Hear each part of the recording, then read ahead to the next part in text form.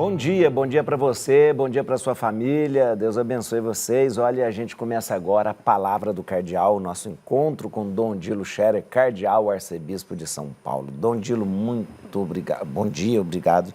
Eu agradeço em nome de tantas e tantas famílias que recebem o senhor todos os dias aqui. Viu? Pois não, bom dia e bom dia a vocês todos também, bom domingo, hoje dia dos pais, então, de modo especial, saudação aos pais, que Deus os abençoe, que o exercício da sua paternidade espelhe, reflita um pouquinho daquilo que é a paternidade de Deus para nós. Se cada pai for um pouco aquilo que Deus Pai é para nós, o mundo viverá feliz. Verdade, com certeza, é isso mesmo. Dom Dilo, a gente sempre começa pedindo ao senhor que nos ajude a refletir sobre o Evangelho, ainda é o Evangelho de João, capítulo 6, né? O capítulo 6 de João, 6, versículo 41 a 51. Ninguém vem a mim se o Pai que me enviou não o atrair. Ainda continuamos com o pão, o discurso do pão. Exato, nosso Evangelho é o capítulo 6 de São João, é bem marcante no Evangelho. Quem estuda o Evangelho de São João vê no capítulo 6 justamente como uma grande virada, porque coloca claramente a questão de quem é Jesus. Quem é Jesus? E também aí entram as crises, a primeira grande crise, os discípulos que começam a ir embora, né? E dizer, não, isso aí, talvez até diziam, isso aí é louco, né? E Jesus que continua a insistir, não, vocês precisam se alimentar deste pão que veio do céu, sou eu este pão. Aí eles diziam, como assim? Ele vai nos dar de comer a sua carne, de beber o seu sangue? Que negócio é esse? Naturalmente, aqui Jesus está falando em termos simbólicos, né? Sim. Ele está falando de corpo e sangue como ele mesmo, mas aí ele vai dizer justamente isso, o pão que desce do céu, né? O pão que desce do céu, portanto, é ele o pão que desce do céu e o Pai deu este pão ao mundo. O Pai que enviou Jesus, o Filho, ao mundo. Quem é Jesus? É o Filho de Deus Pai enviado ao mundo. Para quê? Para ser alimento para a humanidade, isto é ser aquele que dá vida. Alimento é vida, né? Sempre está ligado. Se não alimenta, morre, né? Alimento é vida. O pão, nesse caso, simboliza alimento. Alimento é vida. Jesus é vida para a humanidade. Eu sou o pão da vida, Jesus vai dizer, né? E depois esse texto que você destacou, né? Ninguém vem a mim se o Pai que me enviou não o atrair. Bem, ninguém vem a mim se. Então, alguns não vão a Jesus porque Deus não os chama. Não, Deus a todos atrai, né? Porém, ser atraído por Jesus vai acompanhado justamente da missão de anunciar Jesus, que Jesus seja conhecido. E assim que Jesus é conhecido, ele atrai, né? Aí então se liga a esse outro discurso justamente de novo da palavra. Jesus que precisa ser anunciado para então atrair, né? A graça de Deus atrai a Jesus para as pessoas poderem crer e se alimentar dele. Esse evangelho é muito bonito, muito complexo, ao mesmo tempo ele revela a necessidade muito forte, muito radical de passar por Jesus, de ter Jesus Cristo Salvador, o Filho de Deus, para encontrar Deus, para ter a vida de Deus. O pão descido do céu, no imaginário dos judeus de então, era aquele maná. Era o maná. E Jesus lembra que aquele maná as pessoas comeram e morreram. Mas o pão que desce do céu... Até os judeus lembram isso para Jesus. Nossos pais comeram o pão que descido do céu, o maná no deserto e morreram.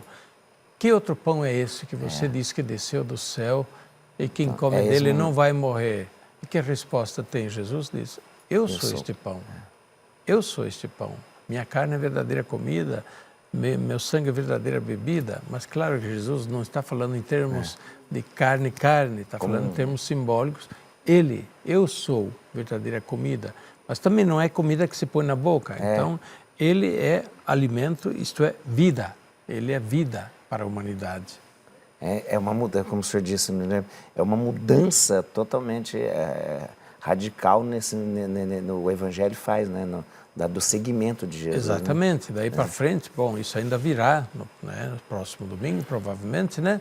Quando Jesus olha ao redor de si e ficaram poucos. Isso. E ficaram poucos, e Jesus pergunta, vocês também querem ir? Porque foi impactante aquela... Vocês também querem ir? E daí Pedro diz em nome de todos, a quem iríamos? Só tu. Só tu tens palavras de vida eterna. Começa com a palavra, termina de novo com a palavra. Só tu tens palavras de vida eterna. O verdadeiro pão é a palavra daí. Jesus, palavra que alimenta. Muito bonito mesmo. Dom Dilo, a gente tem que tocar e hoje lembrar do Dia dos Pais, mas dos pais numa dimensão maior, porque a gente está celebrando as vocações. Semana passada, os padres é a Semana da Família. E hoje a igreja lembra os pais, não como só o pai, a figura paterna, mas os pais como a família que lembramos hoje, essa vocação bonita, né, de ser pai e de ser mãe também, né? Certo. Em suma, lembramos a vocação à família, a vocação ao casamento. Que é uma vocação, né? É dentro do mês de agosto, né? Nós lembramos as várias vocações na igreja. É importante isso que o senhor está falando. Vários chamados, né? Porque é vocação, não é simplesmente o casamento, não é um acidente de percurso, é um chamado, né?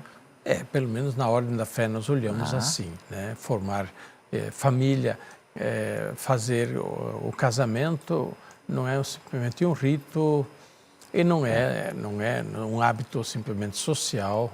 E por isso que ao fazer o casamento na igreja nós temos todo um caminho, um percurso. O Papa Francisco até fala de um catecumenato que deveria fazer, uma iniciação assim para acolher o casamento realmente como um chamado de Deus e como uma vocação a ser vivida a dois e que se desdobra, transforma depois na família, quando vem os filhos. Então, não terá mais o casal apenas, mas terá os filhos e teremos a família.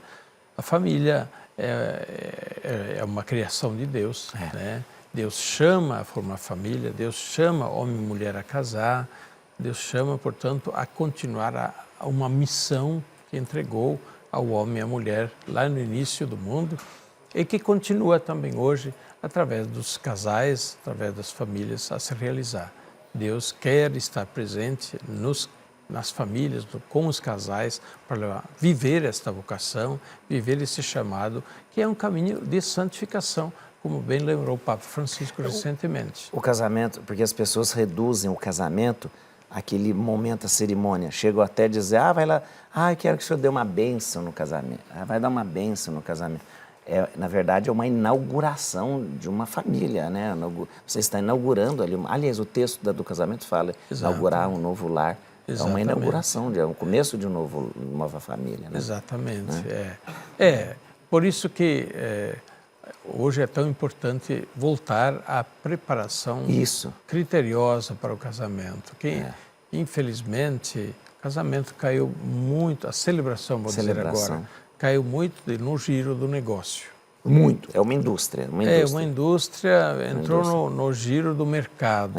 É triste isso. E, inclusive, na igreja, muitas vezes, nós somos envolvidos por esse giro do mercado. É verdade. Quantas vezes nem o padre mais tem a liberdade de fazer a celebração como deve ser, porque há uma porção de indicações que não fazem parte da cerimônia religiosa, que não são o casamento, e que impõem uma série de coisas ao casamento por vários ritos sociais, mas sobretudo por conveniência de mercado, conveniências econômicas. Isso é uma lástima, é uma tristeza.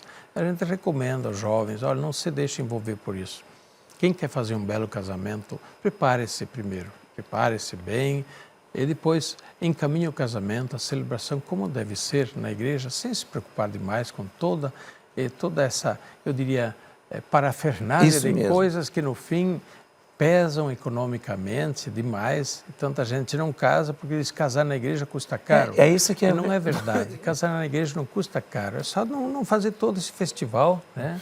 Todo esse festival de coisas que acabaram, né, enchendo a celebração do casamento na igreja e acabam custando caro. Mas não é o casamento na igreja em si que custa caro, é tudo o resto. Né? Lembra, quanto mais simples... que pode fazer, se quiser, se tiver condições, faz, mas não é obrigado a fazer. E quanto mais simples, mais bonito. As coisas de Deus são simples, né? Eu sempre vejo o casamento, quanto mais simples, mais significativo, mais bonito ele se torna. Exatamente. Então, ainda mais uma vez, lembrando o Papa Francisco, a recomendação para que os casais tomem consciência disso, mas também para que se preparem com fé. Né? Isso é muito importante, se preparar para o casamento com fé. Senão, o casamento religioso, ele acaba sendo um teatro. Um teatro, né? mais uma... Infelizmente, também, isso parece que é um pouquinho o que está na mente de muitas pessoas, né? Fazer um casamento como aquele que a gente viu no cinema. Ou como aquele que a gente viu na novela. Isso é triste. Ou aquele que passou não sei aonde, que a gente viu no Facebook, aí eu quero fazer um igual. Mas aquilo lá é teatro, não é o casamento religioso, não é a celebração do sacramento. Dom Dilo, a gente, como o Dia dos Pais, a gente falou da família e tal, mas de uma forma toda especial, eu quero que o senhor agora abençoe os pais, os nossos pais, abençoe os pais vivos e falecidos. É importante a gente trazer na memória, né, os nossos pais. E trazemos, né, sempre a gente traz alguma coisa do pai.